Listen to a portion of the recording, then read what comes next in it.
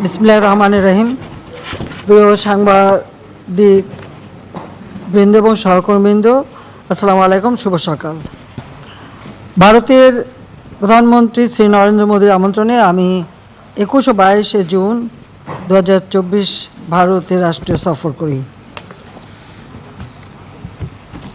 2024 সালের জানুয়ারি মাসে দ্বাদশ জাতীয় সংসদ নির্বাচনের মাধ্যমে আমাদের নতুন সরকার গঠনের পর এটাই ছিল আমার প্রথম বিদেশে দ্বিপাক্ষিক সফর। একই সঙ্গে ভারতের 18তম লোকসভা নির্বাচন পরবর্তী সরকার গঠনের পর ভারতেও ছিল এটি প্রথমবারের মতো কোনো রাষ্ট্রপ্রধান বা সরকার প্রধানের দ্বিপাক্ষিক সফর। এটা অবশ্যই আমার এবং বাংলাদেশের মানুষের জন্য অত্যন্ত সম্মানের, পাশাপাশি বাংলাদেশের সঙ্গে ভারতের সহযোগিতামূলক বিশেষ সম্পর্কেরই বহিঃপ্রকাশ। এছাড়া আমি ভারতের নবনির্বাচিত প্রধানমন্ত্রীর শপথ অনুষ্ঠানেও ভারতে গিয়েছিলাম, সেখানেও আমরা যোগদান করেছিলাম, সেটাও আপনারা জানেন। ভারত বাংলাদেশের সবচেয়ে বড় নিকটতম প্রতিবেশী এবং বিশ্বস্ত বন্ধু এবং আঞ্চলিক অংশীদার। ভারতের সাথে আমাদের বন্ধুত্ব 1971 সালে মহান মুক্তিযুদ্ধের মাধ্যমে, কারণ এই মুক্তিযুদ্ধে ভারতের কাছ থেকে আমরা সব ধরনের সহযোগিতা পেয়েছি এবং আমাদের এই যে সম্পর্কের সূচনা সেটা সবসময় অত্যন্ত গুরুত্বপূর্ণ এবং সাম্প্রতিক বছরগুলোতে দুদেশে রাষ্ট্রের সর্বোচ্চ পর্যায়ে উচ্চ পর্যায়ের মধ্যে যোগাযোগ এবং সহযোগিতা অব্যাহত রয়েছে। আমরা জানি যে ভারতের টানা 3 বারের নির্বাচিত প্রধানমন্ত্রী শ্রী নরেন্দ্র মোদী এবং তার নবগঠিত মন্ত্রিসভার শপথ অনুষ্ঠান গত 9 জুন অনুষ্ঠিত হয় এবং সেই অনুষ্ঠানে যোগ দিতে আমি 8 থেকে 10 জুন নয়াদিল্লি সফর করি। সেখানে প্রতিবেশী দেশগুলি রাষ্ট্র সরকার প্রধান সহ অনেক বিশিষ্ট ব্যক্তিবর্গ আমন্ত্রিত ছিলেন। সেই সফরে আমি ভারতের রাজনৈতিক ব্যক্তিবর্গের সঙ্গে কুশল বিনিময়ের পাশাপাশি ওই অনুষ্ঠানে আমন্ত্রিত দক্ষিণ এশিয়া সহ অন্যান্য দেশসমূহের একাধিক সরকার প্রধানের সঙ্গে মত বিনিময় করার সুযোগ পেয়েছি। পাশাপাশি আলাদাভাবে আমার সঙ্গে ভুটান ও শ্রীলঙ্কা সরকার প্রধানগণের দ্বিপাক্ষিক বৈঠকও অনুষ্ঠিত হয়। এইসব আলোচনা বৈঠকে আমাদের মধ্যে পারস্পরিক সম্পর্ককে সুদৃঢ় করতে সহায়ক হবে। এবার 21 ও 22 জুন আমি রাষ্ট্রীয় দ্বিপাক্ষিক সফর করলাম। একই মাসে সরকার প্রধান হিসেবে 2 বার দিল্লি সফর আমার জন্য একটা অভূতপূর্ব ঘটনা। এসবে আমাদের দুই দেশের মধ্যে ঘনিষ্ঠভাবে একে অপরের সঙ্গে কাজ করার এবং সহযোগিতা করা বা বন্ধুত্বপূর্ণ সম্পর্কেরই একটা বহিঃপ্রকাশ। এই সফরে মাননীয় পররাষ্ট্রমন্ত্রী, মাননীয় অ্যাম্বাসেডর অ্যাট লার্জ, মাননীয় বেসরকারি শিল্প বিনিয়োগ উপদেষ্টা, ডাক ও টেলিযোগাযোগ ও তথ্য প্রযুক্তি প্রতিমন্ত্রী, বাণিজ্য প্রতিমন্ত্রী এবং কয়েকটি মন্ত্রণালয়ের সচিব, উচ্চপদস্থ সরকারি কর্মকর্তা এবং কয়েকজন বিশিষ্ট ব্যবসায়ী এবং সাংবাদিক প্রতিনিধি দলও আমার সফরসঙ্গী ছিলেন। 21 জুন দিল্লি পালাম বিমানবন্দরে আমাকে বর্ণাঢ্য অভ্যর্থনা ও সাংস্কৃতিক অনুষ্ঠানের মাধ্যমে স্বাগত জানানো হয়। ওই দিন সন্ধ্যায় ভারতের পররাষ্ট্রমন্ত্রী ডক্টর এস জয়শঙ্কর আমার সঙ্গে সাক্ষাৎ করেন। এছাড়া ভারতের একটি ব্যবসায়ী প্রতিনিধি দল আমার সঙ্গে সাক্ষাৎ করেন এবং দ্বিপাক্ষিক ব্যবসা বাণিজ্য প্রসারের সম্ভাবনা ও পন্থা নিয়ে তাদের সঙ্গে বিশেষ আলোচনা হয়। এর সঙ্গে আমার সফরসঙ্গী ব্যবসায়ী প্রতিনিধি দলও সেখানে ছিলেন। একটা ছোট দল আমরা নিয়ে যাই। 22 জুন রাষ্ট্রপতি ভবনে আমাকে ভারতের প্রধানমন্ত্রী নরেন্দ্র মোদী আনুষ্ঠানিক রাষ্ট্রীয় অভ্যর্থনা জানান। সেখানে তাঁর উপস্থিতিতে আমাকে গার্ড অব অনার প্রদান করা হয়। এরপর আমি রাজঘাটে ভারতের জাতির পিতা মহাত্মা গান্ধীর সমাধিতে তাঁর প্রতি শ্রদ্ধা নিবেদন করি। দুপুরে আমি ভারতের প্রধানমন্ত্রী শ্রী নরেন্দ্র মোদীর সঙ্গে আমাদের বৈঠক হয় এবং ঐতিহাসিক হায়দ্রাবাদ হাউসে বাংলাদেশ ও ভারতের মধ্যে দ্বিপাক্ষিক বৈঠক অনুষ্ঠিত হয়। আমি বাংলাদেশ প্রতিনিধি দলের নেতৃত্ব দিই, অন্যদিকে ভারতীয় প্রতিনিধি দলের নেতৃত্ব দেন শ্রী নরেন্দ্র মোদী। বৈঠককালে প্রধানমন্ত্রী বলেন, বাংলাদেশ ভারত সম্পর্কে ক্রমাগত বিকশিত এবং দ্রুত অগ্রসর হচ্ছে। বিশ্বব্যাপী চলমান অস্থিতিশীলতা ও অনিশ্চয়তার মধ্যে প্রতিবেশীদের সঙ্গে সুসম্পর্ক এবং আঞ্চলিক সহযোগিতার উপর গুরুত্ব আরোপ করে তিনি বলেন যে তারা বাংলাদেশের সঙ্গে আরও গভীরভাবে কাজ করতে আগ্রহী। বাংলাদেশ তাদের প্রতিবেশী প্রথম অ্যাক্ট ইস্ট সমুদ্র ইন্দো প্যাসিফিক এই নীতির কেন্দ্রে রয়েছে। আমরা দুই দেশের মধ্যে পারস্পরিক সহযোগিতা, সম্পৃক্ততার পথ এবং কর্মপন্থা নিয়েও আলোচনা করেছি। আমরা আমাদের দুই দেশের এবং জনগণের কল্যাণের জন্য আন্তরিকভাবে সহযোগিতা করার বিষয়ে সম্মতি হয়েছি। বৈঠকে আমরা অন্যান্য পারস্পরিক স্বার্থ সংশ্লিষ্ট বিষয়ের মধ্যে রাজনীতি, নিরাপত্তা, শান্তিপূর্ণ ও সুরক্ষিত সীমান্ত ব্যবস্থাপনা, সীমান্তে হতাহতের ঘটনা শুনে নামিয়ে আনা, বাণিজ্য সংযোগ, অভিন্ন নদী টেকসই ব্যবস্থাপনা ও পানি বন্টন, জ্বালানি ও শক্তি এবং আঞ্চলিক ও বহুপাক্ষিক সহযোগিতার বিষয়ে আলোচনা করা হয়। আমি ভারতের প্রধানমন্ত্রী শ্রী নরেন্দ্র মোদীকে তার সুবিধাজনক সময়ে বাংলাদেশে সফরের জন্য আমন্ত্রণ জানিয়েছি। বৈঠক শেষে উভয় দেশের মধ্যে 5টি নতুন সমঝোতা স্মারক স্বাক্ষরিত ও বিনিময় হয়, 3টি নবায়িত সমঝোতা স্মারক স্বাক্ষরিত বিনিময় হয়। এছাড়া 2টি রূপকল্প ভিশন স্টেটমেন্ট স্বাক্ষরিত বিনিময় হয়। বৈঠকে ভারতের কাজের ক্ষেত্র হিসেবে 13টি যৌথ কার্যক্রমের ঘোষণাও দেওয়া হয়, যার আলাদা তালিকা আপনাদের কাছে দেওয়া আছে, ওটা পরে সময় নষ্ট করলাম না।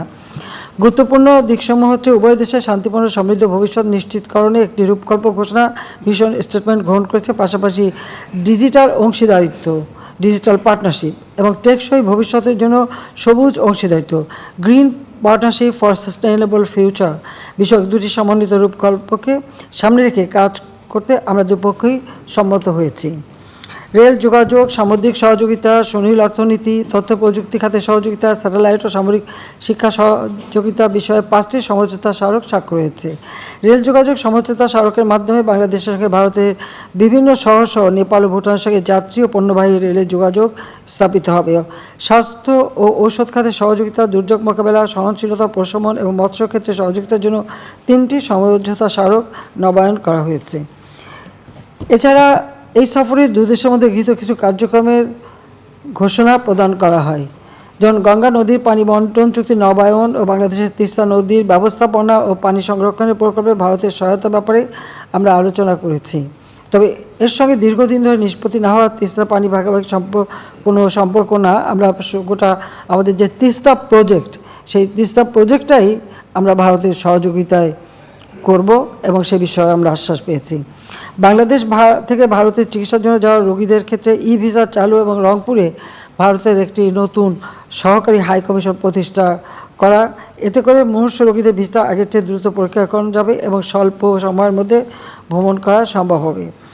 রাজশাহী ও কলকাতার মধ্যে নতুন ট্রেন সার্ভিস, চট্টগ্রাম ও কলকাতার মধ্যে নতুন বাস পরিষেবা চালু, গেদে, দর্শনা ও হলদিবাড়ি, চিলহাটির মধ্যে দলগাঁও পর্যন্ত পণ্যবাহী ট্রেন পরিষেবা চালু। এতে করে দুই দেশের মধ্যে যোগাযোগ ও অর্থনৈতিক কর্মকাণ্ড আরও বৃদ্ধি পাবে। মূল কথাটা হলো 1965 সালে পাকিস্তান ভারত যুদ্ধের পর যে সমস্ত জায়গাগুলি বন্ধ ছিল, রেল যোগাযোগ, সড়ক যোগাযোগ এবং নৌপথ যোগাযোগ, সেগুলি আবার আমরা পুনরায় চালু করে দিচ্ছি, যাতে আমাদের ব্যবসা বাণিজ্যের জন্য নতুন দুয়ার খুলে যায়। অনুদান সহায়তা আওতায় সিরাজগঞ্জে ইনল্যান্ড কন্টেইনার ডিপো আইসিডি নির্মাণ, ভারতীয় গ্রিডের মাধ্যমে নেপাল থেকে বাংলাদেশের 40 মেগাওয়াট বিদ্যুৎ আমদানি, যার মধ্যে আঞ্চলিক বিদ্যুৎ সহযোগিতা আরও বৃদ্ধি পাবে। এটা শুধু নেপাল না, ভবিষ্যতে ভুটানের সঙ্গেও হবে, সেটাও আমাদের সঙ্গে এমনি আলোচনা হয়েছে। মুক্তিযোদ্ধা প্রকল্পের আওতায় চিকিৎসা প্রত্যাশী রোগীদের জন্য খরচ সর্বোচ্চ সীমা 8 লাখ টাকা করা এবং বাংলাদেশের পুলিশ কর্মকর্তাদের জন্য প্রশিক্ষণ চালু। ইউপিআই এর ব্যবহার শুরু করার উদ্দেশ্যে দুই দেশ বাংলাদেশে রুপি কার্ড ও ভারতের টাকা পে কার্ড চালু। সমঝোতা স্মারক বিনিময় শেষে আমি এবং ভারতের প্রধানমন্ত্রী যৌথ সংবাদ সম্মেলনে বক্তব্য রাখি। পরে আমার সফরসঙ্গীদের সম্মানে আয়োজিত মধ্যাহ্নভোজে অংশ নিই। দিল্লি ছাড়ার আগে অপরাহ্নে আমি ভারতের রাষ্ট্রপতি শ্রীমতী দ্রৌপদী মুর্মু এবং উপরাষ্ট্রপতি শ্রী জগদীশ ধানখারের সঙ্গে সৌজন্য সাক্ষাৎ করি। ভারতের মহামান্য রাষ্ট্রপতি ও উপরাষ্ট্রপতির সঙ্গে সাক্ষাৎকালে আমরা দুই দেশের বন্ধুত্ব এবং সহযোগিতাপূর্ণ সম্পর্কের উপর গুরুত্ব আরোপ করি। তারা বিগত 15 বছরে বাংলাদেশের অভূতপূর্ব আর্থসামাজিক উন্নয়ন ও স্থিতিশীলতার ভূয়সী প্রশংসা করেন এবং আমি দুজনকেই বাংলাদেশে সফর করার জন্য আমি আমন্ত্রণ জানিয়ে এসেছি। বাংলাদেশ ভারত সম্পর্ক বিগত 15 বছর একটি অনন্য উচ্চতায় উন্নীত হয়েছে, যার সুফল দুই দেশের জনগণ আজ ভোগ করছে। বিশেষ করে 2023 সালে দুই দেশের সম্পর্কে নতুন মাত্রা যুক্ত হয়েছে। গত বছর আমি এবং ভারতের প্রধানমন্ত্রী যৌথভাবে যোগাযোগ ও বিদ্যুৎ খাতে 4টি প্রকল্পের উদ্বোধন করেছি। বাংলাদেশ ভারত যৌথভাবে বাংলাদেশের জাতিপিতা বঙ্গবন্ধু শেখ মুজিবুর রহমানের বায়োপিক মুজিব একটি জাতির উপকার এই চলচ্চিত্র নির্মাণ করেছে। দক্ষিণ এশিয়ার একমাত্র দেশ হিসেবে আমি ভারতের আমন্ত্রণে G20 সম্মেলনে যোগদান করেছি। বাংলাদেশ এবং ভারত দুই দেশেই নতুন সরকার গঠনের পর এই সফর আবার অনুষ্ঠিত হলো। এই সফরকালে ভারতের নেতৃত্বের সঙ্গে আলোচনার মূল বিষয়বস্তু ছিল নবনির্বাচিত দুটি সরকার কিভাবে সহযোগিতামূলক সম্পর্ককে আরও এগিয়ে নিয়ে যেতে পারে সেই বিষয়ে একটা রূপকল্প প্রণয়ন করা। যেহেতু নতুন সরকার গঠনের মাধ্যমে ঢাকা ও দিল্লি নতুনভাবে পথ চলা শুরু করেছে, এর ধারাবাহিকতায় রূপকল্প 2041, ভিশন 2041 এবং স্মার্ট বাংলাদেশ প্রতিষ্ঠা এবং ভারতের বিকশিত ভারত 2047, বিকশিত ভারত 2047 নিশ্চিত করার জন্য ভবিষ্যৎ কর্মপন্থা নির্ধারণ করার ব্যাপারে আমরা আলোচনা করেছি। এই সফর সংক্ষিপ্ত কিন্তু অত্যন্ত ফলপ্রসূ। আমি মনে করি ভারত ও বাংলাদেশের মধ্যে বিদ্যমান চমৎকার সম্পর্ককে আরও সুদৃঢ় করার ক্ষেত্রে এই সফর সুদূর প্রসারী ভূমিকা রাখবে। সেই সাথে আমি বিজেপির নেতা আদবানী সাহেব যখন এই প্রথম ওই সফরে যাই, মানে যখন আমি শপথ গ্রহণ অনুষ্ঠানে যোগ দিতে যাই, সেই সময় আমি আদবানী সাহেবের বাসায় যাই, তাকে আমি দেখে আসি, কারণ আমি পূর্ব থেকে তার পরিচিত ছিলেন। আবার মিসেস সোনিয়া গান্ধী এবং তার ছেলে মেয়ে রাহুল এবং প্রিয়াঙ্কা আমার সঙ্গে দেখা করে। এবার আমি প্রণব মুখার্জির পরিবার, তার 3 ছেলে মেয়ে, তারা এসেছিল আমার সঙ্গে, তারা দেখা করে যায়। মানে পুরনো কিছু বন্ধুদের সঙ্গে দেখা করার একটা সুযোগও সেই সাথে হয়েছে। তো আমি মনে করি সব দিক থেকেই, যদিও খুব সংক্ষিপ্ত, আমার হাতেও সময় বেশি নেই, আমার পার্লামেন্ট চলছে, বাজেট সেশন, কাজে অল্প সময়ের মধ্যে আমরা যা আলাপ আলোচনা করেছি তাতে মনে করি যে আমাদের দুই দেশের সম্পর্ক আরও সুদৃঢ় হবে। আর বিশেষ করে আমাদের উভয় দেশের মানুষ আর্থসামাজিক উন্নয়নের ক্ষেত্রে আরও নতুন দ্বার উন্মোচিত হবে। তো সবাইকে আমি ধন্যবাদ জানাচ্ছি।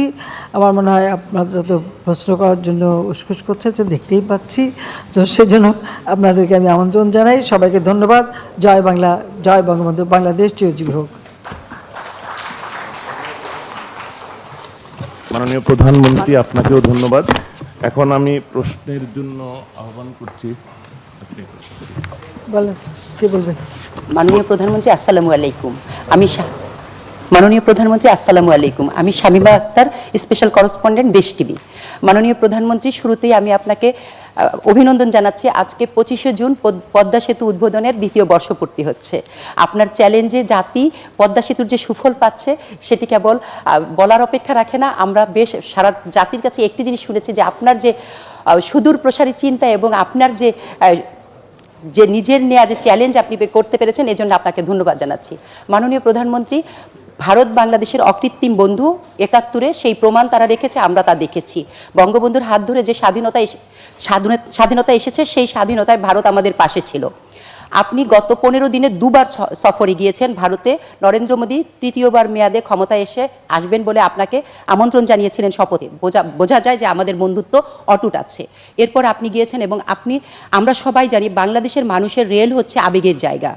বাংলাদেশ স্বাধীনতার আগেও বিভিন্ন সীমান্ত দিয়ে রেল যোগাযোগ ছিল, আবারও রেলের একটি চুক্তি হয়েছে এবং এই নিয়ে সোশ্যাল মিডিয়ায় ব্যাপকভাবে সমালোচনা হচ্ছে। আপনি যদি এই কানেক্টিভিটির ফলে বাংলাদেশ কিভাবে সুফল পাবে সেই বিষয়টি একটু পরিষ্কারভাবে বলতেন, তাহলে আমরা রেল যোগাযোগ চালু হতে সমালোচনা হচ্ছে কেন? সোশ্যাল মিডিয়ায় মানুষ সমালোচনা করছে যে এই করিডোরের কথা বলছে এবং সবসময় বলে যে ভারতকে বাংলাদেশ বিক্রি করার একটি ষড়যন্ত্র চালায়। এই দেশের মানুষের যারা সবসময় অপপ্রচার চালায় তাদের একটি মুখরোচক গল্প, সেই গল্পের আমরা পরিষ্কারভাবে। আমার একটা প্রশ্ন আছে, যে বিক্রিটা তাহলে ওজনটা কিসে মাপছে?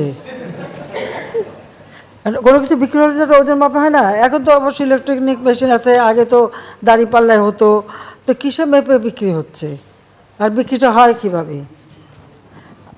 বাংলাদেশ স্বাধীন দেশ, মুক্তিযুদ্ধ করে আমরা স্বাধীনতা অর্জন করেছি, এবং যারা সমালোচনা করে তাদের জানা উচিত সারা পৃথিবীতে একটি মাত্র মিত্র শক্তি যারা মুক্তিযুদ্ধের সময় আমাদের মুক্তিযোদ্ধাদের সাথে কাঁধে কাঁধ মিলিয়ে নিজেদের রক্ত ঢেলে দিয়ে এই দেশ স্বাধীন করে দিয়েছে। আমাদের সমস্ত মুক্তিযোদ্ধারা সেখানে ট্রেনিং পেয়েছে। পৃথিবীর যে কোনো দেশ যারাই কোনো যুদ্ধে মিত্রশক্তির সঙ্গে সহযোগিতা করেছে বা মিত্রশক্তি তাদের এসে সাহায্য করেছে, তারা কিন্তু সেই দেশ থেকে কোনোদিন ফেরত যায়নি। এখনও জাপানে আমেরিকার সৈন্য, জার্মানিতে রাশিয়ান সৈন্য সহ এরকম পৃথিবীর বিভিন্ন দেশ দেখলে সে দৃষ্টান্ত পাওয়া যাবে। এখানে ভারত কিন্তু ব্যতিক্রম। তারা মিত্র শক্তি হিসেবে আমাদের পাশে থেকে যুদ্ধ করে এসেছে, কিন্তু যখনই জাতিপিতা বঙ্গবন্ধু শেখ মুজিব চেয়েছেন যে তারা দেশে ফিরে যাক, ভারতের তদানীন্তন প্রধানমন্ত্রী শ্রীমতী ইন্দিরা গান্ধী সঙ্গে সঙ্গে সেটা রাজি হয়েছেন এবং তাদেরকে ফেরত নিয়ে গেছেন। তারা যে যুদ্ধের সরঞ্জামাদি সব কিছু নিয়েই কিন্তু এসেছিল, এখানে যুদ্ধ করেছিল। পাকিস্তানি হানাদার বাহিনী সারেন্ডার করেছিল তাদের কাছে, কিন্তু আমরা কিন্তু স্বাধীন সার্বভৌম রাষ্ট্র পেয়েছি, কারণ তারা কিন্তু ভারতীয় সেনাবাহিনী প্রত্যাহার করে নিয়েছে। এরপরে যারা কথা বলে যে ভারত বিক্রি হয়ে যাবে, এরপরে বিক্রিটা হয় কিভাবে, সেটাই তো আমার প্রশ্ন। আসলে যারা এটা বলে তারা নিজেই ভারতের কাছে বিক্রি করা। কারণ আমরা তো দেখেছি যখন মিলিটারি ডিক্টেটর এসেছে, জিয়া, এরশাদ, খালেদা জিয়া উপর দিয়ে ভারত বিরোধী কথা বলেছে আর ভারতে যেয়ে তাদের পা ধরে বসে থেকেছে। এগুলো আমার নিজের দেখা জানা। কাজে এই ধরনের কথা বলার কোনো অর্থ হয় না। আমাদের স্বাধীন সার্বভৌম দেশ, যত ছোট হোক, এটা আমাদের সার্বভৌম দেশ। আর সেই সার্বভৌমত্ব রক্ষা এবং সক্রিয়তা বজায় রেখেই আমরা বন্ধুত্বপূর্ণ সম্পর্ক রেখেই কাজ করছি। আজকে এই যে আমরা সমস্ত যোগাযোগ ব্যবস্থা খুলে দিলাম, তাদের সবথেকে বেশি লাভবান তো আমাদের দেশের মানুষ। তাদের যোগাযোগ করতে হয়, যেতে হয়, চিকিৎসার জন্য যায়, পড়াশোনার জন্য যায়, বা অন্যান্য কাজে যায়, হাটবাজার করতে যায়, আজমির শরীফে যায়, আবার বিভিন্ন জায়গায় যায়। তো আমাদের ব্যবসা বাণিজ্যের ক্ষেত্রটা তো আরও উন্মুক্ত হবে। কারণ যেখানে বিক্রি আমরা করি না, যারা কথা বলে তারা বেচার জন্য অথবা ওই ইউজ মি, মানে ব্যবহার করুন আমাকে, এই নিয়ে বসেই থাকে। এটা হলো বাস্তবতা। শেখ হাসিনা এই দেশকে বিক্রি করে না, কারণ আমরা এই দেশ স্বাধীন করেছি, এটা তাদের মনে রাখা উচিত। আর যে কষ্টটা আমরা ভোগ করছি সেটা আমরা জানি না। যারা বিক্রির কথা বলে ৭১ সালে তারা পাকিস্তানি দালালি করছে, আর কি করেছে?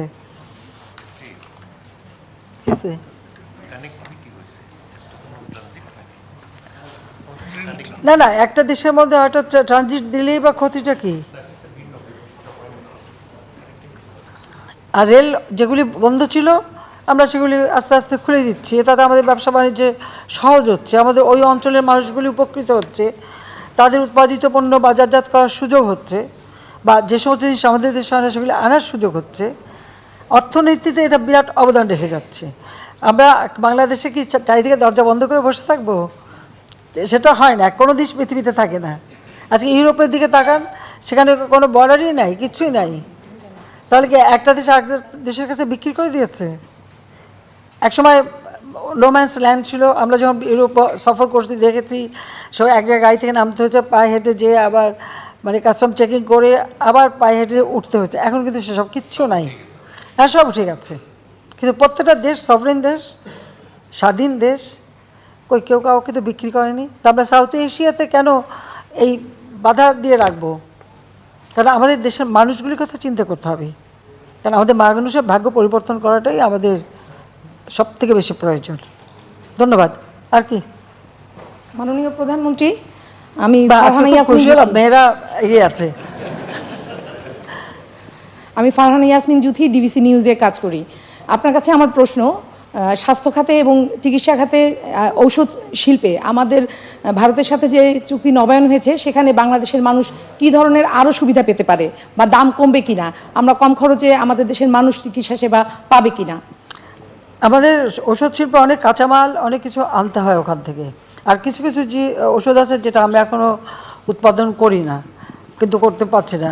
যদিও আমাদের ফার্মাসিউটিক্যাল বা আমাদের ওষুধ শিল্প অনেক উন্নত, এবং আমরা পৃথিবীর বিভিন্ন দেশে সেটা রপ্তানিও করি, প্রায় ১০০-১৫০ দেশে আমরা রপ্তানি করি। এরপরে কিছু কিছু বিশেষ ওষুধ থাকে যেটা হয়তো আমাদের দেশে এখন সেভাবে হয়, মানে ইন্ডাস্ট্রি গড়ে ওঠেনি। তো সেই ক্ষেত্রে আমাদের দেশের মানুষ লাভবান হবে।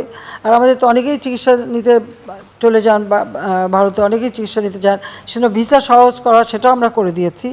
কাজে এদিক থেকে আমাদের সবথেকে বড় কথা যে আমরা তো এখন কেবল উন্নতির পথে এগিয়ে যাচ্ছি। তা আমরা যত বেশি বন্ধুত্বপূর্ণ সম্পর্ক রাখতে পারবো, আর যত বেশি আমাদের ব্যবসা বাণিজ্য আদান প্রদান হবে, তত বাংলাদেশি লাভবান হবে।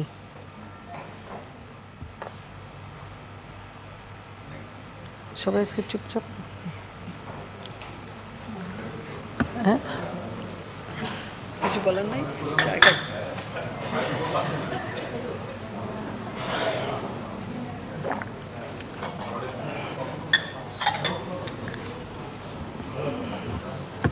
তবে একটা স্ট্যান্ড মাইকও রেখে দিও, আর সবগুলি ওই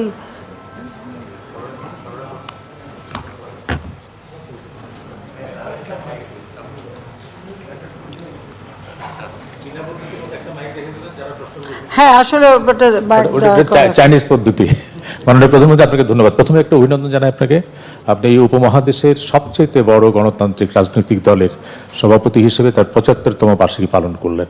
এই উপমহাদেশে আমি বলি যে কিছু দল আছে যেগুলি মানে জীবিত, আর যেগুলি আছে প্রাণে বেঁচে আছে। প্রাণে বেঁচে আসা অনেক দল আছে, কিন্তু আপনার দলটি জীবিত দল। তারা বিরোধী দলের ভূমিকা রাখে, সরকারি ভূমিকা রাখে, এবং একটি রাজনৈতিক দলের নেতৃত্বে একটি দেশ স্বাধীন হয়। আপনি আপনার জীবনে এইরকম একটি দলের প্ল্যাটিনাম জুবিলিতে সব নেতৃত্ব দিলেন।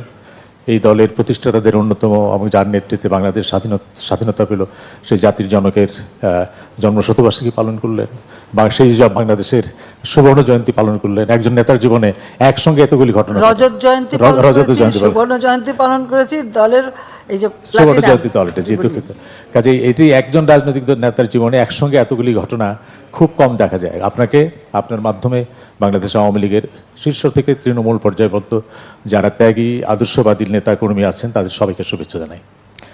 আমি আমার প্রথম প্রশ্নটা একটা অবজারভেশন, আমি জানি না দেখেছেন কিনা, গতকালকেই 24 তারিখে টাইম ম্যাগাজিনে ডক্টর ইউনূসকে নিয়ে একটা নিবন্ধ ছাপা হয়েছে, বিশাল নিবন্ধ ছাপা হয়েছে। চার্লি ক্যাম্পবেল নামে একজন সাংবাদিক এটা লিখেছেন, দীর্ঘ প্রবন্ধ। সেখানে নানান বিষয় আছে, প্রাসঙ্গিক এবং অপ্রাসঙ্গিকভাবে আপনার নামও আছে সেখানে। এবং সেখানে একটা বলা হয়েছে বাংলাদেশ সরকার ডক্টর ইউনূসের বিরুদ্ধে all instrument of government use করছে তাকে ডিফেম করার জন্য। এটা আমি যদি আপনি না পড়ে থাকেন তাহলে মন্তব্য করার দরকার নাই, আমি আপনার নোটিশে শুধু আনলাম। আমার প্রশ্ন হলো দুইটি। একটি প্রশ্ন হচ্ছে আপনি ভারত সাপোর্ট করেছেন, একটি হচ্ছে তিস্তার নদীর পানি ভাগাভাগি, আর একটা হচ্ছে তিস্তার নদীর ব্যবস্থাপনা। দুইটি অংশ, দুইটা আমরা গুলিয়ে ফেলি। একটা হলো পানির ভাগাভাগি, আর একটা ব্যবস্থাপনা। নদীর ব্যবস্থাপনা নিয়ে চীনের একটা বড় প্রস্তাব আপনার সামনে আছে, ভারতের সঙ্গে আপনি কথা বলে আসলেন, এবং আপনি আসার পরদিনই দিল্লিতে ওব্রায়ান, তৃণমূল কংগ্রেসের যিনি রাজ্য বিধানসভার নেতা, তিনি প্রেস কনফারেন্সে বলেছেন যে কেন্দ্র সরকার এই বিষয়ে আমাদের সঙ্গে, পশ্চিমবঙ্গের সঙ্গে কোনো কথা বলে নেই। কালকে আমরা দেখেছি মমতা ব্যানার্জি একটা দীর্ঘ চিঠি দিয়েছেন কেন্দ্রীয় সরকারকে, যে তাকে বাইপাস করে তিস্তা গঙ্গা নিয়ে যে কাজ করা হচ্ছে এটিতে তার সায় নাই। এক, দুই নম্বর, শুধুমাত্র তিস্তা না, তার বক্তব্য হচ্ছে যে 2026 সনের মধ্যে আমরা গঙ্গার যে চুক্তিটা নবায়ন করব সেটিতেও তার মতামত নিতে হবে। তো এই জটিল সমস্যাটা কিভাবে সামলাবেন, বা আমরা আমাদের জন্য কিভাবে স্বস্তির নিঃশ্বাস ফেলবো, সেটা আপনার কাছে জানতে চাই। দ্বিতীয় আরেকটা অভ্যন্তরীণ প্রসঙ্গ, সেটি হচ্ছে বাংলাদেশের ব্যাংকিং সেক্টর, বহুল আলোচিত সেক্টর। বেসরকারি ব্যাংক দেওয়া হচ্ছে, আবার একীভূত করা হচ্ছে, আবার একীভূত থাকছে না, নানান ধরনের ব্যাংকিং সেক্টর নিয়ে কথা আছে। এখানে মাননীয় উপদেষ্টা মহোদয় আছেন, আপনার আগের অন্তত 2 জন অর্থমন্ত্রী বারবার বলেছেন যে এই ব্যাংকের এই সকল বিষয় দেখবার জন্য একটা ব্যাংক সংস্কার কমিশন করা হবে। তা আপনার কি এই ব্যাংক সংস্কার কমিশন করার কোনো পরিকল্পনা আছে কিনা? ধন্যবাদ। আচ্ছা, প্রথম শুরু করি আমার সফর নিয়ে, যেহেতু আর পরে যেটা বললেন আপনি লেখাটা আমি দেখছি, ওটা পড়েছিও, তো ওটা নিয়ে দু একটা, যেহেতু মামলা চলছে আমি কোনো কমেন্ট করতে চাই না। তবে একটা প্রশ্ন তাদেরকে করতে পারেন যে আমেরিকা হোক, ইউরোপ হোক, যে কোনো দেশে কেউ যদি বছরের পর বছর ট্যাক্স ফাঁকি দেয়, তার বিরুদ্ধে কী ব্যবস্থা সেই সরকার নেয়? কেউ যদি ট্যাক্স ফাঁকি দেয় তাহলে কি ব্যবস্থাটা তারা নেয়? তার উত্তরটা কিন্তু এরা দেয়নি। দ্বিতীয় হলো, শ্রমিকদের অধিকার নিয়ে এত কথা হয়, কিন্তু সেই শ্রমিকদের ওয়েলফেয়ার ফান্ডের টাকা কেউ ব্যবসা করলে ব্যবসার 5% ওয়েলফেয়ার ফান্ডে দিতে হয়, এবং সেই শ্রমিকদের অর্থ যদি কেউ মেরে খায়, না দেয়, তাহলে ন্যায্য পাওনাটা যদি না দেয় তার বিরুদ্ধে, তাহলে এরা কী ব্যবস্থা নেবে, কী ব্যবস্থা নিয়ে থাকে? ইউনূসের বিরুদ্ধে আমরা বা আমাদের গভর্নমেন্টকে লাগেনি, বরং আপনাদের মনে আছে একটা কথা, গ্রামীণ ব্যাংকটা তৈরি করেছিল জেনারেল এরশাদ সাহেবের আমলে। একজন এমডি খোঁজা হচ্ছিল, তখন ডক্টর ইউনূসকে সেই ব্যাংকের এমডি করা হয়। এই ব্যাংক কিন্তু তার নিজের করা না, সে সেখানে এমডি হিসেবে চাকরি করত, একজন এমডি হিসেবে চাকরি করতেন এবং বেতন তুলতেন। এটা, আর গ্রামীণ ব্যাংকটা হচ্ছে সরকারের সংবিধিবদ্ধ সংস্থা, ওই টাকা বেতন সব কিন্তু সরকারের পক্ষ থেকেই দেওয়া হতো। সরকার কেউ বাইরে গেলে জিও নিয়ে যেতে হতো। সেই চাকরিরত অবস্থায় হ্যাঁ সেটাকে তিনি নিজে করি এমনভাবে প্রচার করছেন যে ওটা যেন ওরা নিজেরই করা। ওই ব্যাংকের আইনে ছিল যে 60 বছর বয়স পর্যন্ত একজন এমডি থাকতে পারে চাকরিতে, 60 বছরের উপরেও আরও 10 বছর সে বিনা মানে আইন ভঙ্গ করেই ছিল। যখন বাংলাদেশ ব্যাংক এই জিনিসটা তার নজরে আনে এবং তাকে আমাদের তদন্ত অর্থমন্ত্রী আমাদের মুহিত সাহেব এবং আমার পররাষ্ট্র উপদেষ্টা গওহর রিজভী সাহেব তাকে রিকোয়েস্ট করেছিলেন যে আপনার তো বয়স হয়ে গেছে, ইতিমধ্যে 10 বছর বেশি আপনি ইলিগালি এখানে আছেন, তা আপনি এখানে উপদেষ্টা হিসেবে থাকেন, কিন্তু তিনি এমডি পদ ছাড়বেন না, এমডি পদ তাকে রাখতেই হবে। এবং ডক্টর ইউনূস কিন্তু আমাদের সরকারের বিরুদ্ধে, অর্থমন্ত্রীর বিরুদ্ধে এবং গভর্নর মানে বাংলাদেশ ব্যাংকের বিরুদ্ধে তিনি 2টা মামলা করেন। এ কথাটা তো সেই পত্রিকালারা লেখেনি, 2টা মামলা করে এবং 2টো মামলায় হেরে যায়। কারণ হেরে যায় এই কারণে যে সেখানে কিন্তু মামলা কিন্তু কখনো সরকার করেনি, আর এখনও তার বিরুদ্ধে যে মামলা এটা কিন্তু সরকার করেনি। গ্রামীণ ফোনের ব্যবসাটা আমি তাকে দিয়েছিলাম, এটাও মনে রাখা উচিত। গ্রামীণ ফোনের ব্যবসা তাকে আমি দিয়েছিলাম, কারণ গ্রামীণ ব্যাংক তার আমলে প্রায় ক্লাপস করে যাচ্ছিল। তখন আমার সরকার, আমি নিজে প্রথমে 100 কোটি টাকা, এরপরে 200 কোটি টাকা, তারপরে আরও 100 কোটি টাকা, এই 400 কোটি টাকা গ্রামীণ ব্যাংকে আমরা সরকারের পক্ষ দিয়ে ব্যাংকটাকে চালু রাখতে তাকে সহায়তা করি। তখন উনি প্রস্তাব দেন যে এই গ্রামীণ ফোন একটা ফোনের ব্যবসাটা পেলে এর যে প্রফিটটা হবে সেটা গ্রামীণ ব্যাংকে জমা হবে এবং সেটা দিয়ে ব্যাংক চলবে। তাকে জিজ্ঞেস করা উচিত আজ পর্যন্ত ওই গ্রামীণ ফোনের 1টি টাকাও গ্রামীণ ব্যাংককে দেওয়া হয়েছে কিনা, দেওয়া কিন্তু হয়নি। শুধু এখানেই না, গ্রামীণ ব্যাংকের জন্য অনেক বিদেশ থেকে অনেক সময় অনেক অনুদান এসেছে, তার কয়টা টাকা গ্রামীণ ব্যাংকে গেছে, প্রতিটি সময় ওটা দিয়ে নতুন একটা ব্যবসা খুলে নিয়ে গেছে, ব্যবসা খুলে ব্যবসা করেছেন, কিন্তু কোনো ট্যাক্সই দেননি। এবং সে যে ট্যাক্স ফাঁকি দিয়েছে এটা তো তার নিজেই প্রমাণ করেছেন, কারণ তার বিরুদ্ধে যখনই মামলা হয়েছে, এটা বিদেশের নিয়ম আছে, যখনই মামলা হয়েছে তখন তিনি কিছু টাকা শোধ দিয়ে বসে আছে। তো যখনই কিছু টাকা শোধ দিল তো প্রমাণ হয়ে গেল যে সে ট্যাক্স ফাঁকি দেয়। এমনকি ওই টেলিডর মানে গ্রামীণ ফোন সেখান থেকেও কয়েক দফা তার কাছ থেকে এভাবে টাকা আদায় করা হয়েছে। আর লেবারদের যে ওয়েলফেয়ার ফান্ডের টাকা দেয়নি 2006 সাল থেকে 1টি পয়সাও দেয়নি। তখন লেবাররা মামলা করছে, মামলা কিন্তু সরকার করেনি, লেবাররা লেবার কোর্টে মামলা করছে, সেই মামলায় সে শাস্তি পেয়েছে। এখানে আমার কি দোষ? বরং আজকে তিনি যে উঠেছেন সেখানে সবথেকে বেশি সহযোগিতা তো আমি করেছিলাম। তার micro credit summit, micro credit internationally খুব গ্রহণযোগ্য ছিল না, তো আমি কো চেয়ার হিসেবে অংশগ্রহণ করি, জাতিসংঘে প্রস্তাব আনি এবং আমি সবাইকে বুঝাই। কারণ আমি ভাবতাম যে এটার মধ্যে খুব ভালো, মানুষের খুব দারিদ্র্যমুক্ত করে, কিন্তু ধীরে ধীরে পরবর্তীতে আমি দেখলাম যে এটা দারিদ্র্যমুক্ত না, এটা দারিদ্র লালন পালন করে। আর ওই গরিব মানুষগুলি দিন রাত কাজ করার পর যে উচ্চ হারে সুদ দিতে হয়, প্রথম সুদ সেটা যখন দিতে পারে না তখন আরেকটা লোন দিয়ে ওই আগে লোন পূরণ করে তারপরে তাকে সে মানে আবার সে দ্বিগুণ সুদের হার পড়লে করতে করতে প্রায় 40-45 ভাগ সুদ দিতে হতো তাদেরকে। অনেকে এমনকি যশোরে যে একটা এলাকায় হিলারি ক্লিন্টনকে নিয়ে যে সমস্ত পরিবারকে মাইক্রো ক্রেডিট দিয়েছিল সে পরিবারগুলি কোথায় এখন? খোঁজ করেন। জমি জবা সব বেচে দিয়ে ওখান থেকে তারা পালিয়ে যেতে বাধ্য হয়, অনেকে আত্মহত্যা করেছে এই সুদের চাপে। আমি তাকে টাকা দিয়ে বলছিলাম যে এত সুদ না নিয়ে তারা যেন একটু সহনশীল করে দেয় মানুষকে, যে মানুষ সত্যিকার যেন দারিদ্র থেকে উঠে আসতে পারে। এতই যদি করে থাকে যে দারিদ্র বিমোচন হলো না কেন বাংলাদেশে? দারিদ্র বিমোচন করলাম তো আমি। আজকে 41.6 থেকে নামিয়ে আমি 18.7 নামিয়ে এনেছি এই মাত্র 15 বছরে। সে ক্রেডিটও নেয়, সেটাও কেউ কোনো এরকম আপনার আন্তর্জাতিক সংস্থা লিখে ফেলে এটা ওই গ্রামীণ ব্যাংক ব্র্যাক অমক সমক করে ফেলেছে। তো আমার প্রশ্ন যে আওয়ামী লীগ শেখ হাসিনা ক্ষমতা আসার আগে কত দারিদ্র্যের হার ছিল, আর শেখ হাসিনা আসার পরে কত কমেছে সেটা একটু হিসাব করে বলুক না। মাথাপিছু আয় কত ছিল, এখন কত বেড়েছে? গৃহহীন ভূমিহীন মানুষের সংখ্যা কত ছিল আর এখন কত কমেছে সেটা লিখুক।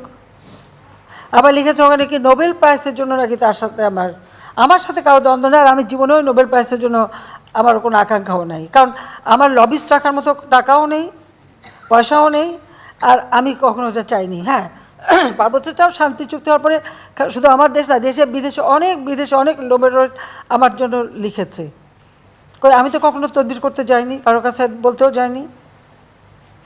আমি তো কী পেলাম না পেলে ওটা নিয়ে আমি কখনো, ওগুলো আমার মাথার মধ্যেও নেই। আর শান্তি এখন যিনি অর্থনীতি নিয়ে কাজ করলেন, ব্যাংকের একজন এমডি, সে যখন একটা নোবেল প্রাইজ পায় তা তার সাথে আমি কন্টেস্ট করতে যাব কেন? পার্বত্য চট্টগ্রাম শান্তি চুক্তি আমি করেছি। পৃথিবীতে যত শান্তি চুক্তি হয়েছে খুঁজে বের করেন, শান্তি চুক্তি হয়েছে কয়েকটা অস্ত্রধারী আত্মসমর্পণ করেছে। আমি পার্বত্য চট্টগ্রামে শুধু শান্তি চুক্তি করিনি, 1800 জন তাদের অস্ত্রধারী ক্যাডার, তারা আমার কাছে অস্ত্র সারেন্ডার করেছে। আমি তাদের সকলকে সামাজিকভাবে আর্থিকভাবে পুনর্বাসন করেছি। 64,000 শরণার্থী ছিল ভারতে, আমি সকলকে ফিরিয়ে এনেছি, তাদেরকে আমি প্রতিষ্ঠিত করেছি।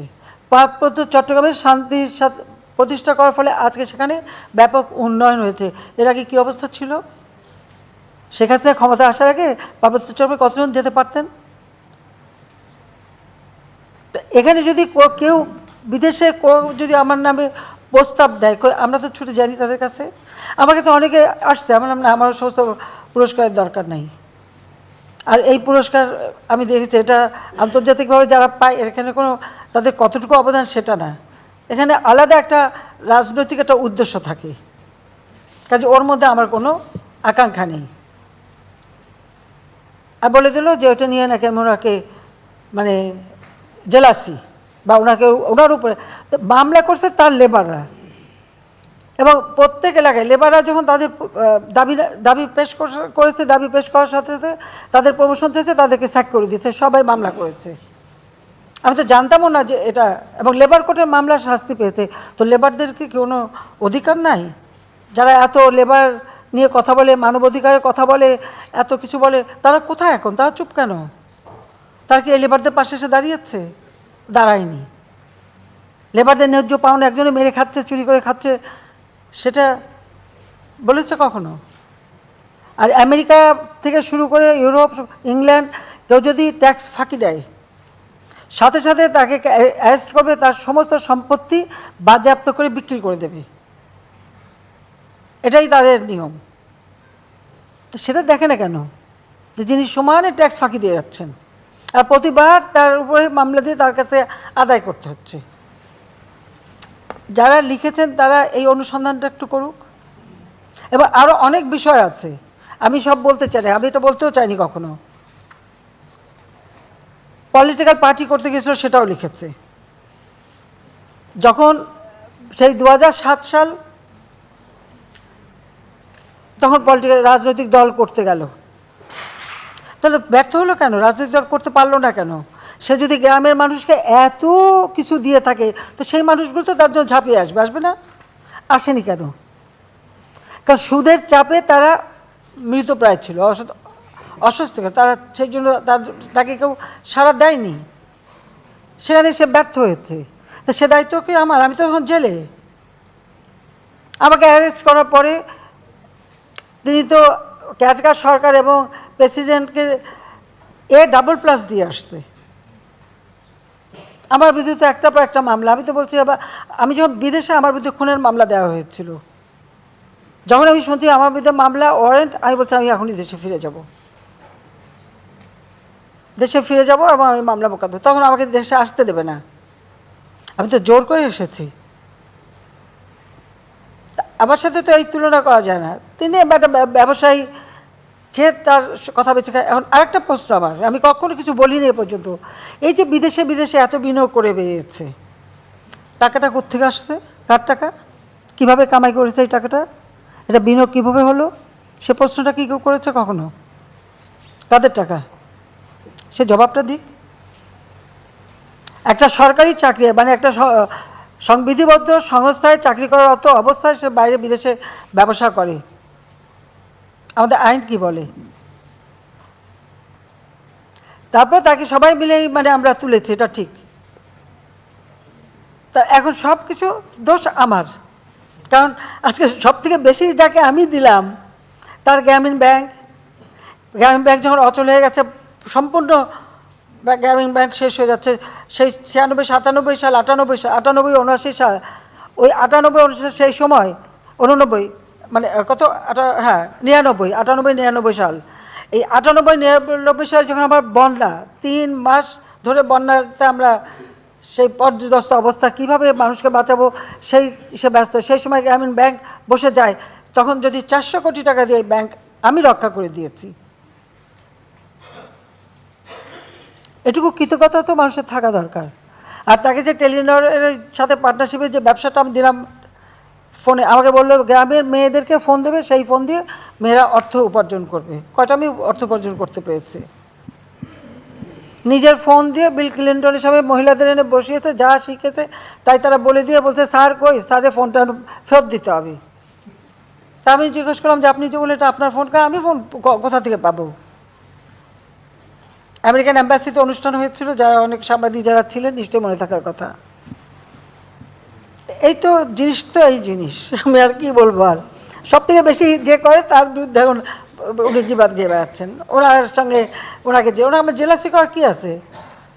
সে আসুক না, মাঠে আসুক, চলুক আমার সাথে, আমেরিকা ডিবেট হয় না, চলুক না, আসুক, কথা বলবো। সব থেকে বেশি আজকে আর্থিক সুবিধা থেকে সব কিছু পেয়েছে তো আমার হাত থেকে। ওয়াশিংটনে তার মাইক্রো ক্রেডিটে কেউ অংশগ্রহণ করে না, আমি গেছি সেখানে, হিলারি ক্লিন্টন এসছে, কুইন সোফি এসছে, হ্যাঁ আমরা তাকে খুবই প্রমোট করেছি, এটা ঠিক। তার কথাটা হচ্ছে উপকারীরা বাগে খাক, যাতে উপকারটা স্বীকার করতে না হয়, এটাই তো বাস্তবতা। যা এখন ওনার পয়সা আছে, উনি লেখাচ্ছেন। এই যে কতজন নোবেল লয়েড সহ তাদের যে বিবৃতিটা, এই বিবৃতিটা কী বিবৃতি? এটা তো বিজ্ঞাপন। তো উনি যদি এতই পপুলার হবে, তার বিজ্ঞাপন দিয়ে এতজনের ইয়ে করতে হবে কেন, নাম দিতে হবে কেন? তার জন্য সারা পৃথিবী ঝাঁপিয়ে পড়বে। ওই কেউ তো আমাকে একজনও কেউ বললো না, কেউ তো বললো না। সে কথাটা একটু চিন্তা করে দেখেন। আমি আমার একটা মামলা চলছে, আমি জানি না এটা সাবজুডিস হবে কিনা, আমি কথা বলতে চাই না, কিন্তু যেহেতু প্রশ্ন করেছেন, আমার মনে 2-4টা কথা না বললে মানুষ বোধহয় ভুল বুঝতে থাকবে। শেখ হাসিনা কারোর সাথে জেলাসি করে না। Sheikh Hasina father of the নেশনের মেয়ে, বঙ্গবন্ধু শেখ মুজিবের মেয়ে, অন্তত এই জায়গাটায় কেউ আসতে পারবে না। আর সেটাই আমার গর্ব, সেটাই আমার গর্ব। প্রধানমন্ত্রী এটা তো একটা সাময়িক ব্যাপার, কিন্তু আমি তো বঙ্গবন্ধু শেখ মুজিবের মেয়ে।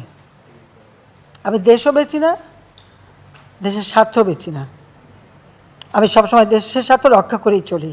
তার জন্য অনেকবার ক্ষমতা আসতেও পারিনি, আমার কিচ্ছু আসে যায় না। আমার দেশের স্বাধীনতার সার্বভৌমত্ব রক্ষা, আমার দেশের মানুষের মাথা যেন উঁচু থাকে, আমার সবসময় সেটাই কাজ। আমি এরোর কাছে ধর্ণা দিয়ে বেড়াই না, কারণ এখন জায়গায় জায়গায় দুয়ারে, হ্যাঁ এখন যে হচ্ছে মামলা সাজাপ্রাপ্ত আসামি, সে তাকে সাজাপ্রাপ্ত আসামির পক্ষে এত কথা লেখে কীভাবে? ওই সাংবাদিককে জিজ্ঞেস করেন। সে যে কনভিক্টেড, এবং সেটাও লেবার কোর্টে, সরকারি কোর্ট না, লেবার কোর্টে। আইএলও কনভেনশন এবং প্রোটোকলে আমরা সিগনেচার করেছি, আমরা লেবারের স্বার্থ রক্ষা করতে বাধ্য, এখানে আমাদের কিছু করার নেই। গেল, আসেন ব্যাংকিং সেক্টর নিয়ে। আমাদের আমলে আমরা সবথেকে বেশি প্রাইভেট সেক্টর খুলে দিয়েছি। হ্যাঁ, ব্যাংকিং সেক্টরে কেউ ভালো চালাচ্ছে, কেউ খারাপ চালাচ্ছে, কোনো সময় অনেকে ঠিকমতো চালাতে পারে না, এটা ব্যাংক একটা চিরাচরিত নিয়মই আছে। যদি কোনো ব্যাংক দুর্বল হয়ে যায় তাকে সহযোগিতা করা, বা একটা ব্যাংকের সাথে আরেকটাকে মানে মার্জ করে দেওয়া, বা সেটাকে যাতে চালু হয় ভালোভাবে। অর্থাৎ যারা সেখানে আমানত রাখে, এই আমানতকারীদের সংরক্ষণের ব্যবস্থা করা, এটা কিন্তু দায়িত্ব, রাষ্ট্রের দায়িত্ব, সেটাই পালন করার চেষ্টা করা হচ্ছে। তারপরেও কিছু মানুষ তো লোভী হয়ে যায়, টাকা পয়সার লোক এত বেড়ে যায় যে দেশ থেকে বিদেশে রাখতে যে তারপরে শেষে দেশ ছেড়েই ভাগতে হয়। যে সেই অর্থ বানিয়ে লাভটা কী হলো? এতই অর্থ বানিয়ে ফেললো যে শেষে আর দেশেই থাকা যায় না, তাহলে লাভ হয় কি?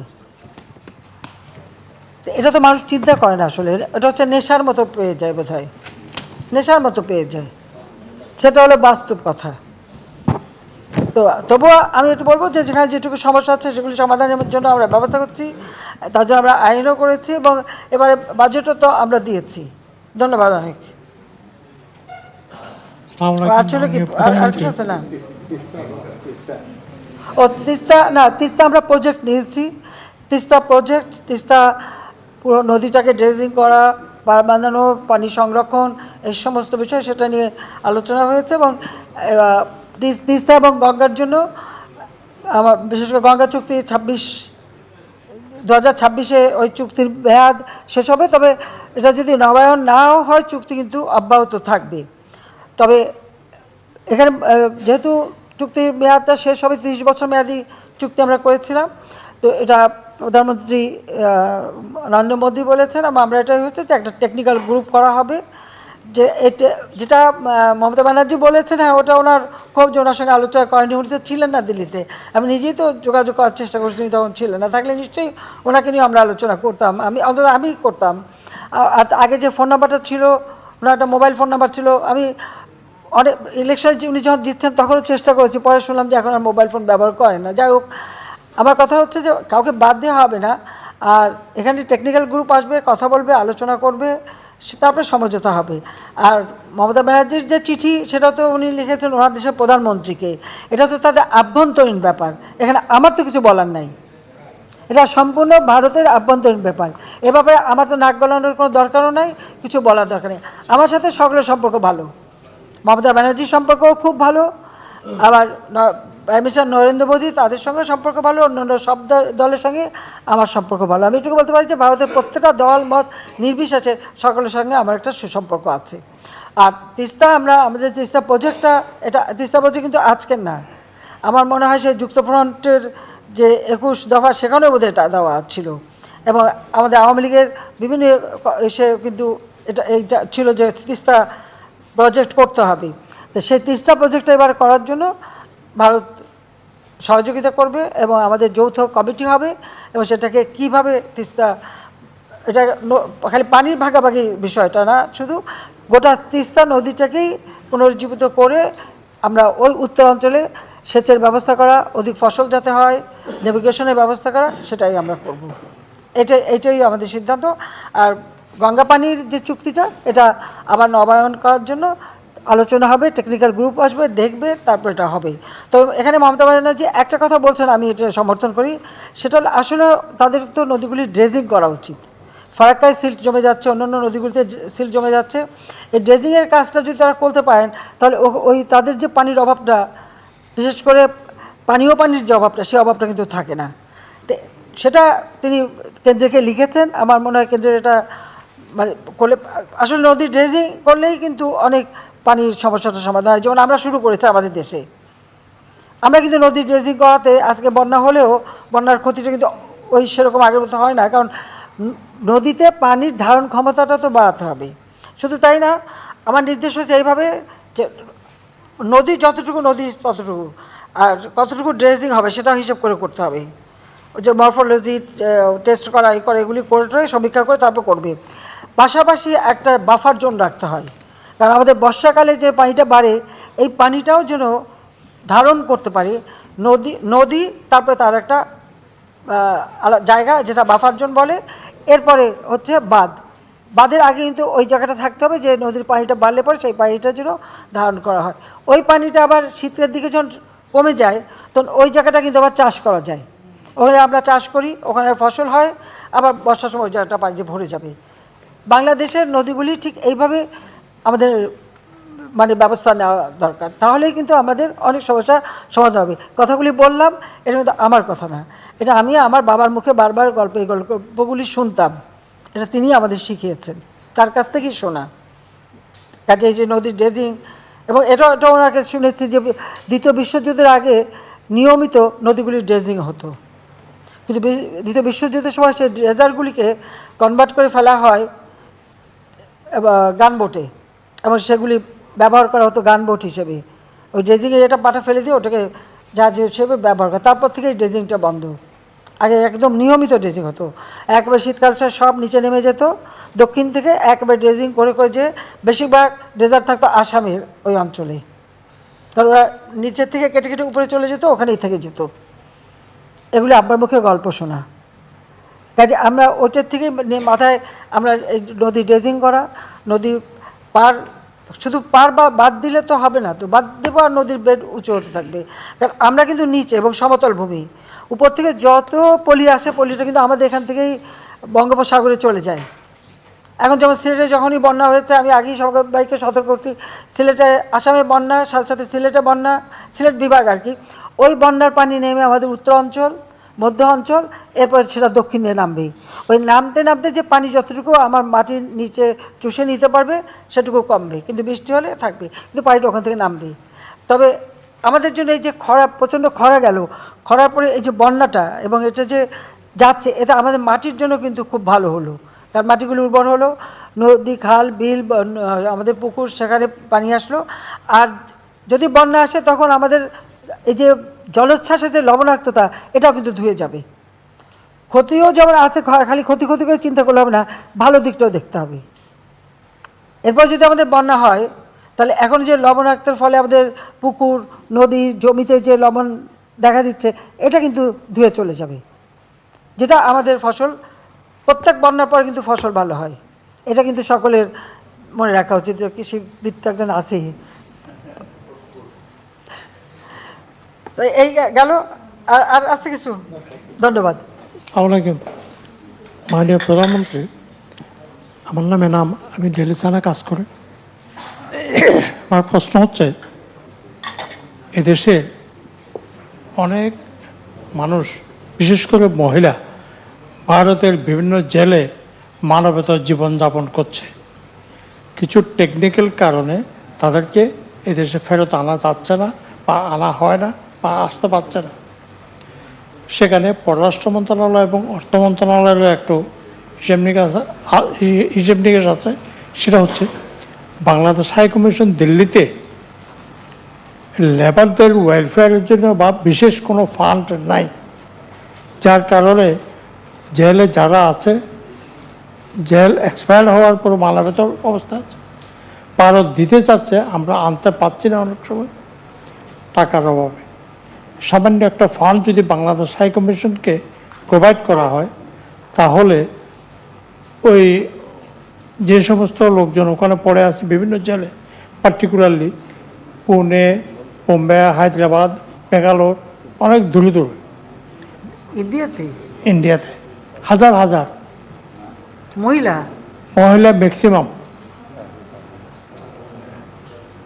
তো এই লোকগুলোকে আনার জন্যে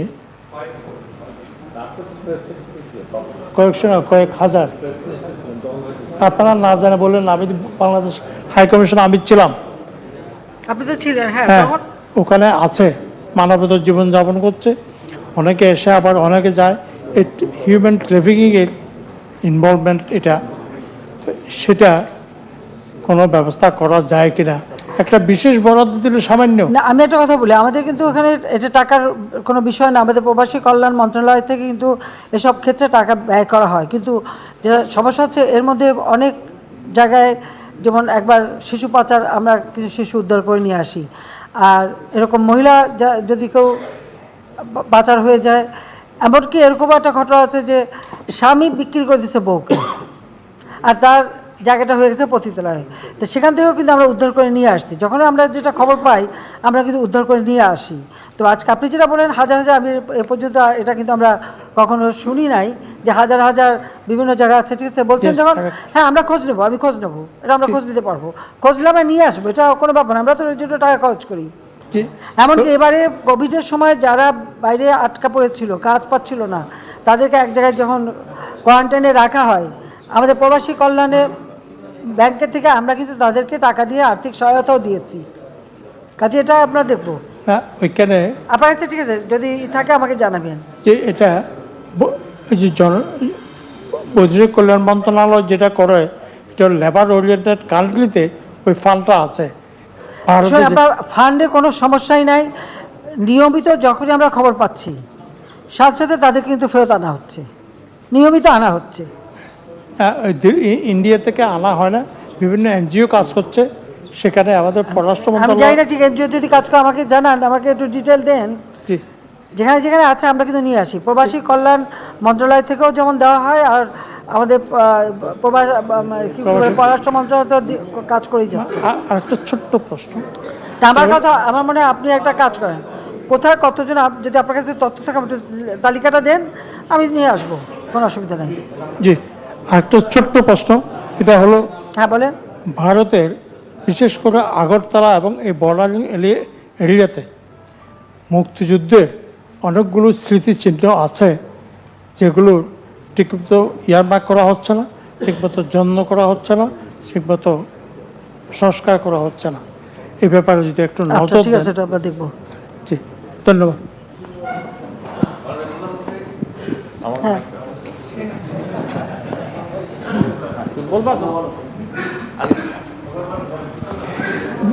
মাননীয় প্রধানমন্ত্রী, আমি প্রথমে এই পিতলের তারের এপারের একজনকে আপনার এখানে নিয়ে যাওয়ার জন্য টেস্ট করে দেখছি কেমন যায়।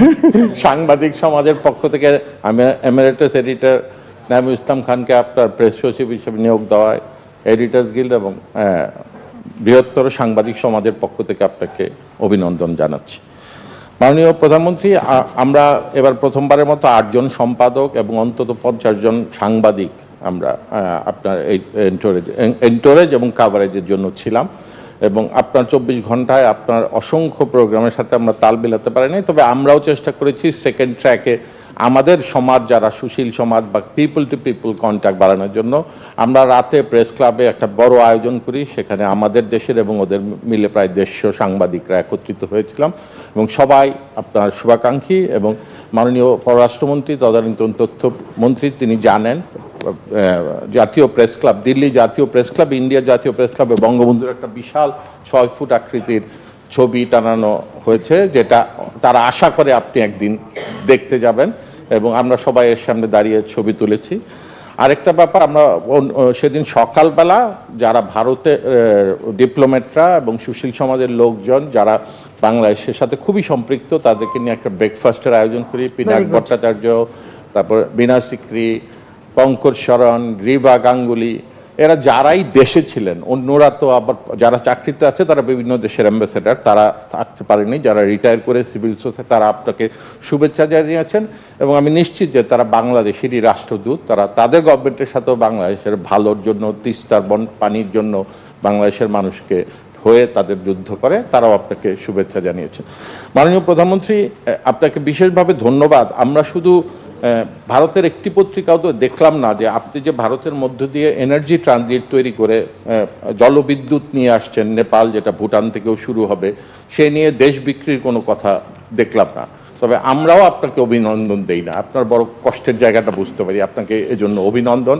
ভারত কখনোই তার মাটির উপর দিয়ে এ ধরনের এনার্জি ট্রানজিট কখনো করেনি, বরং আমাদের দেশের উপর দিয়ে এবং দেশের ভেতর দিয়ে, তাদের দেশের ভেতর দিয়ে যে রেল লাইন রিংগুলি পুনঃপ্রতিষ্ঠা হয়েছে, সেজন্য আপনার ধন্যবাদই প্রাপ্য। কিন্তু আমরা নানা কথা বলছি। আরেকটি ব্যাপার নেত্রী, আমাদের স্বীকার করতেই হবে মাননীয় প্রধানমন্ত্রী, যে ডক্টর ইউনূসের বিষয়টি আমরা সাংবাদিক সমাজেরা যথেষ্ট এক্সপোজ করে তুলতে পারছি না। তার যে অপরাধের মাত্রা অনেক বিস্তৃত, 5,000 টাকা দিতে না পারলে টিনের চাল খুলে নিয়ে যায়, অথচ মাইক্রো ক্রেডিট ব্যাংক যেটা ম্যান্ডেট দিয়ে তৈরি ভূমিহীনদের লোন দেওয়ার জন্য, সেখান থেকে তার পৈতৃক প্রতিষ্ঠান দুলামিয়া প্রিন্টিংকে, যেখানে নিজে ডিরেক্টর, তার বাবা চেয়ারম্যান, লোন দিয়েছে 10 কোটি, বেড়ে হয়েছে 20 কোটি, সেখানে চাল খুলে আনেনি, ওয়েভার দিয়েছে, ঋণ খেলাপিদের মৌকুফ করেছেন তিনি।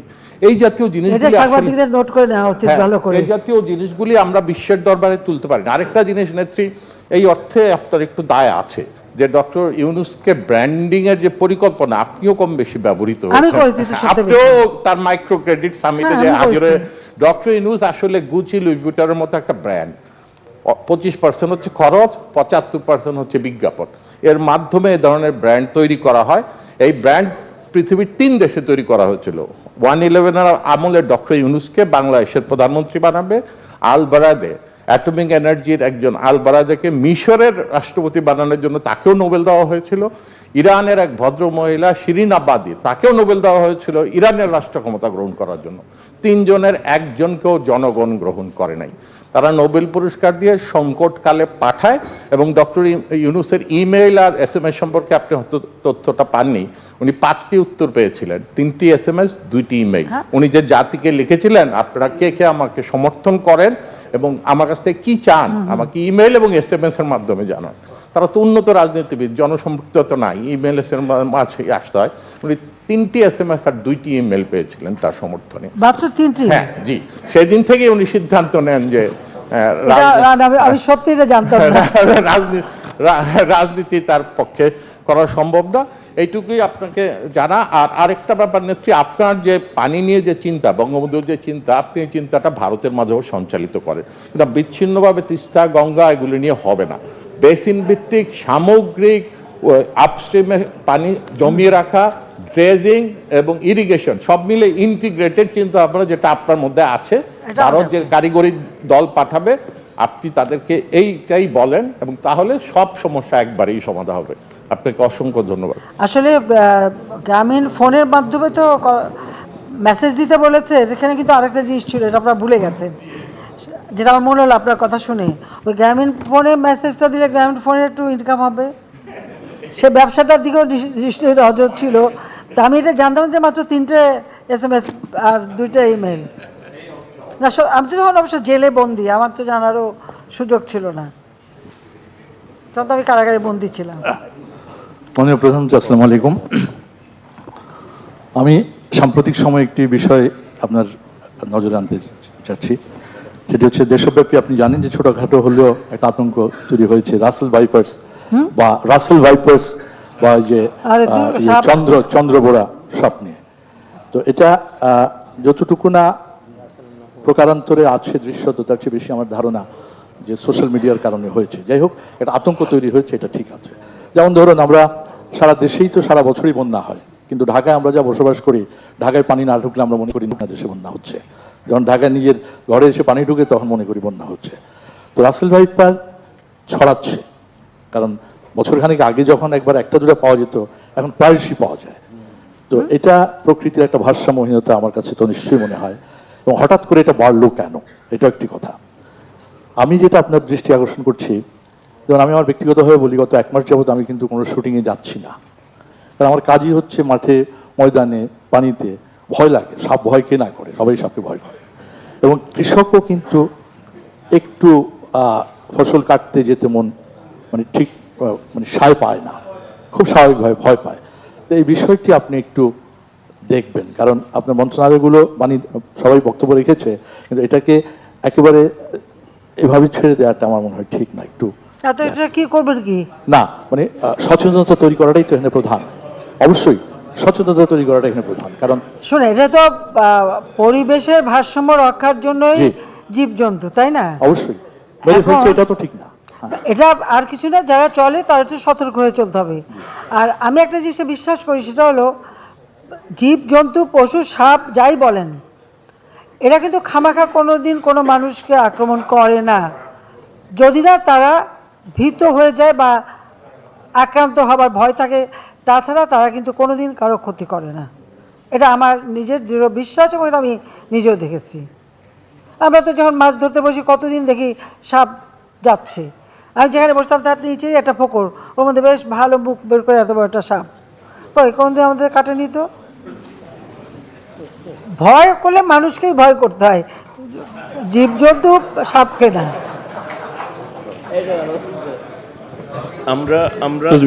মাননীয় প্রধানমন্ত্রী, আমরা ইতিমধ্যে ঠিক আছে, বলুক। না বলবে কয়েকদিন পর একটা সুযোগ পাই, বলুক না। আচ্ছা, মাননীয় প্রধানমন্ত্রী, আমার একটু প্রশ্ন। আমি মোস্তফা কামাল, আমি খবরের কাগজের সম্পাদক। মাননীয় প্রধানমন্ত্রী, আপনি আরেকটি বড় দেশ সফরে যাচ্ছেন, চীন। চীনও আমি জানি যে আপনার সঙ্গে চীনের প্রেসিডেন্টের সঙ্গে ব্যক্তিগত সম্পর্ক, রাষ্ট্রীয় সম্পর্ক তো আছেই, এবং আপনি তিস্তা নিয়ে বলেছেন, কিন্তু তিস্তা নিয়ে চীন অনেক দূর এগিয়েছে, তারা একটা বৃহত্তর প্রকল্প করতে চায়।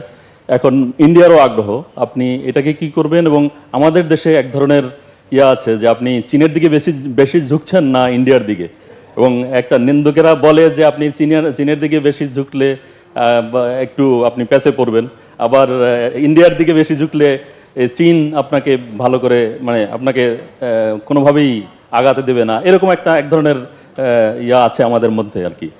তো এইটাকে আপনি কিভাবে ট্যাকেল দিবেন, মানে এই জিনিসটা যদি একটু ডিটেইলে বলেন।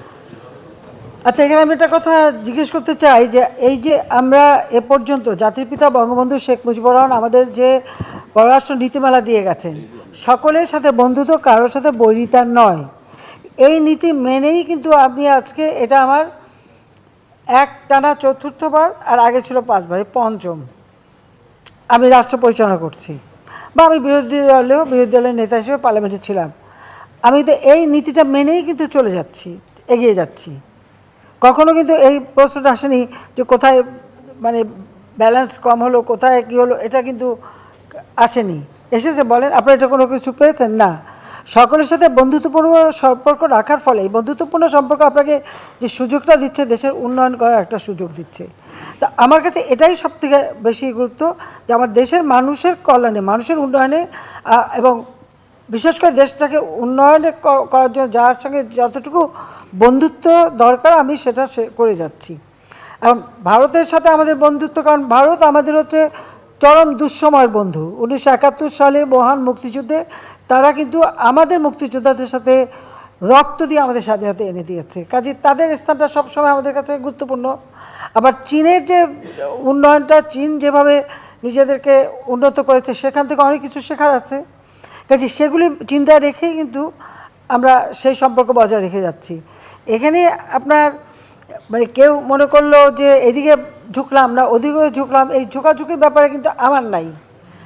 আমি কিন্তু ওই যে সকলের সাথে বন্ধুত্ব, কারোর সাথে বৈরিতা নয়।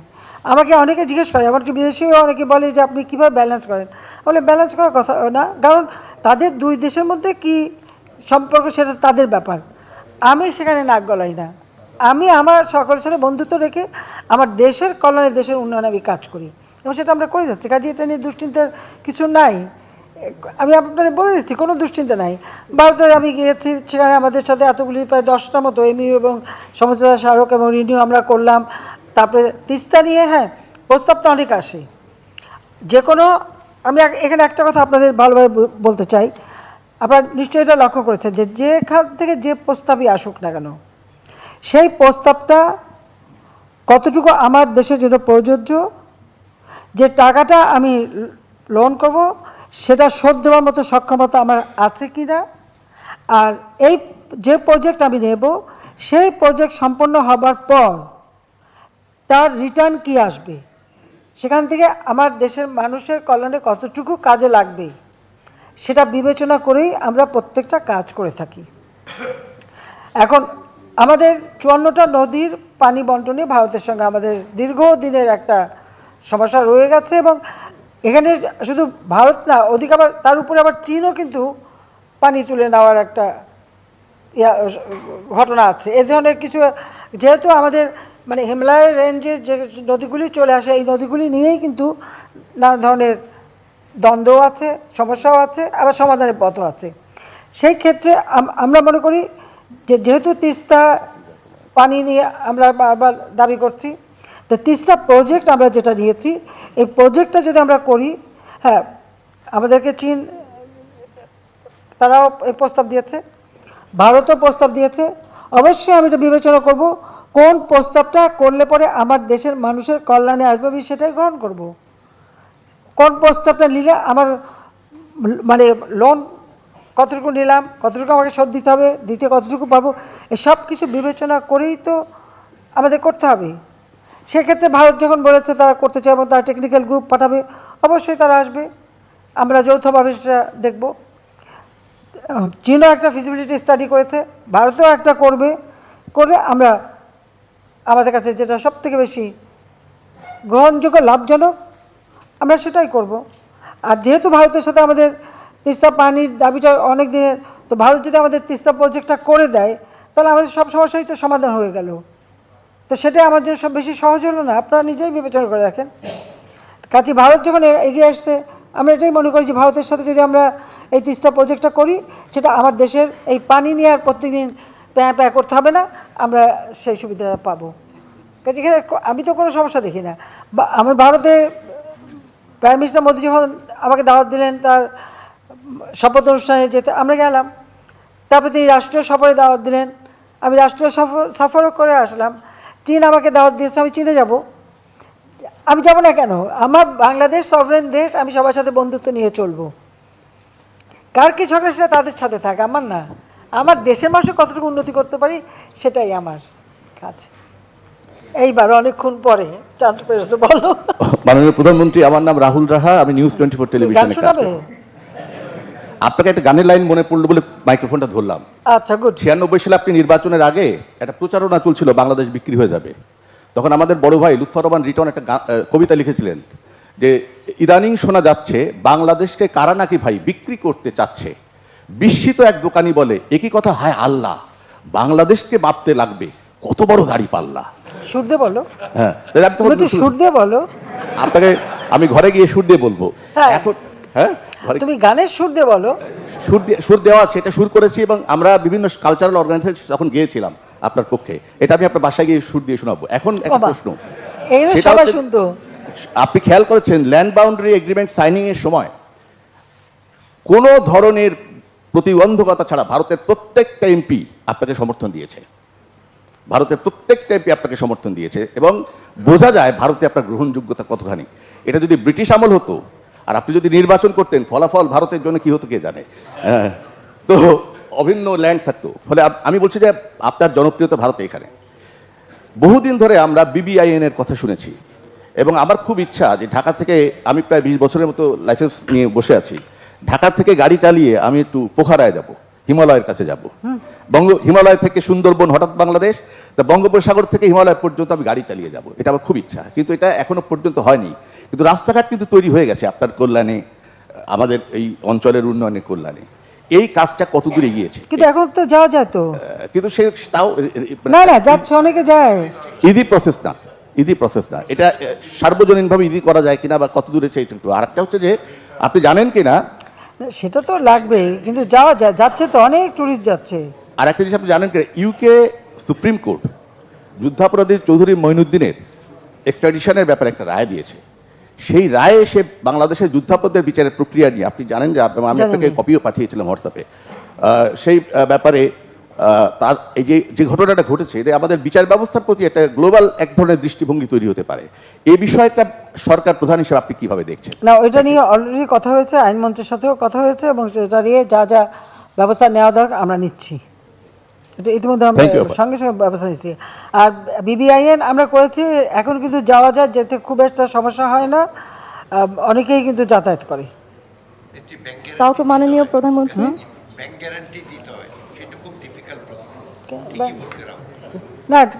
গ্যারান্টি কিসে ব্যাংক গ্যারান্টি, কিসে ব্যাংক গ্যারান্টি? আপনি গাড়িটা নিয়ে যাচ্ছেন না, গাড়িটা আবার ফেরত আনবেন, এইটুকু গ্যারান্টি, এত কিছু না। এটা তো খুব স্বাভাবিক। না, এটা পৃথিবীর বহু দেশে আছে। আমি যখন ইটালিতে ছিলাম, পাশে যুগোস্লাভিয়া, প্রতি সপ্তাহে একদিন করে যে কোনো লোক যুগোস্লাভিয়া থেকেও বাংলাদেশে আসতে, মানে ইটালি আসতে পারতো, ইটালি থেকেও যেতে পারতো।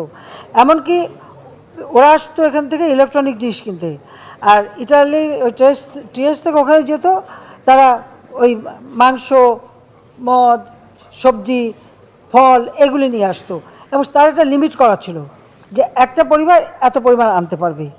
এটা একদম ওদের ওপেন ছিল, আপনি সপ্তাহে একদিন যাবেন, বাজার করে নিয়ে আসবেন।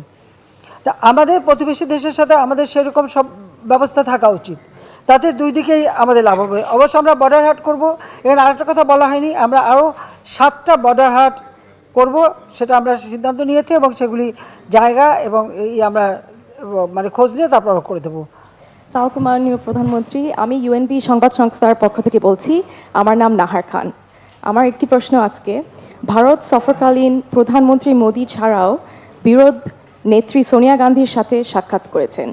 এই সাক্ষাৎ কি সৌজন্যমূলক ছিল, না আপনাদের দুজনের মধ্যে অর্থপূর্ণ কোনো আলাপ আলোচনা হয়েছে? ধন্যবাদ। সোনিয়া গান্ধী। জি, আমি তো বললাম আমার সঙ্গে ভারতের প্রত্যেক দল সকলের সঙ্গে একটা ভালো বন্ধুত্বপূর্ণ সম্পর্ক আছে। আর বিশেষ করে সোনিয়া গান্ধী বা তার ছেলে মেয়ে বা প্রণববাবু তার ছেলে মেয়ে, আমাদের একটা পারিবারিক সম্পর্ক আছে।